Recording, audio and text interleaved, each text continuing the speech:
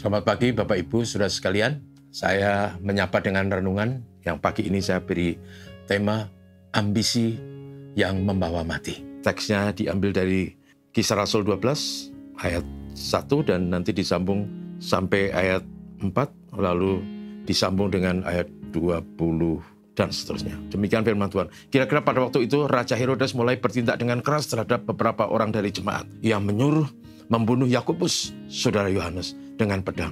Ketika ia melihat bahwa itu menyenangkan hati orang Yahudi, ia melanjutkan perbuatannya itu dan menyuruh menahan Petrus.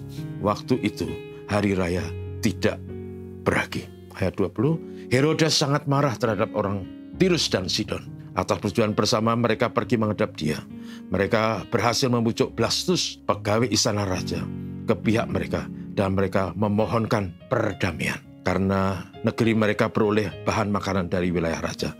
Dan pada suatu hari yang ditentukan, Herodes mengenakan pakaian kerajaan, duduk di atas tahta dan berpidato kepada mereka. Dan rakyatnya bersorak membalasnya, ini suara Allah, bukan suara manusia.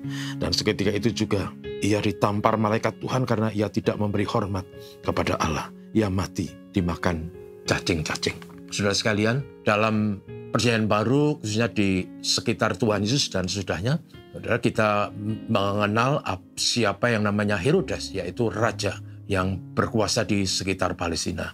Yang pertama memerintah itu adalah Herodes Agung, yang memerintah beberapa tahun sebelum Masehi sampai kira-kira tahun 1 Masehi. Herodes Agung lah yang kemudian bertindak sangat keras karena dia bertemu dengan orang-orang Majus dari timur yang memberitakan tentang raja yang lahir. Dan dia ingin membunuh raja yang lahir itu. Sehingga pada waktu para Majus itu pergi dan tidak memberitahu Herodes, kemudian Herodes mengambil keputusan untuk membunuh bayi-bayi yang berumur 2 tahun ke bawah dalam upaya membunuh bayi Yesus. Kemudian Herodes Agung digantikan oleh beberapa yang lain keturunan, dan salah satu yang kita baca tadi adalah Herodes Antipas. Herodes Antipas dalam cerita tadi adalah pemimpin yang sangat ambisius. Demi ambisi dan keuntungan pribadi, dia bertindak keras kepada orang-orang percaya yang notabene tidak berbuat kesalahan apapun. Dibunuhlah Yakobus dengan pedang. Pada waktu dia melihat hasil dari taktik itu, orang Yahudi menjadi sangat bangga dan senang. Kemudian dia menyuruh menangkap Petrus, dimasukkan dalam penjara dengan penjagaan yang super ketat. Dan kemudian kalau sudah baca di dalam Kisah Rasul itu, Petrus dilepaskan oleh malaikat di malam hari dan seterusnya. Tetapi kemudian kita baca tadi dalam satu peristiwa terhadap Herodes Antipas, Herodes yang sama itu, dia punya perselisihan dengan orang-orang di Tirus dan Sidon. Perselisihan politis, katakanlah begitu. Tapi kemudian orang Tirus dan Sidon termasuk cerdas, mereka mengupayakan pertemuan dan perdamaian.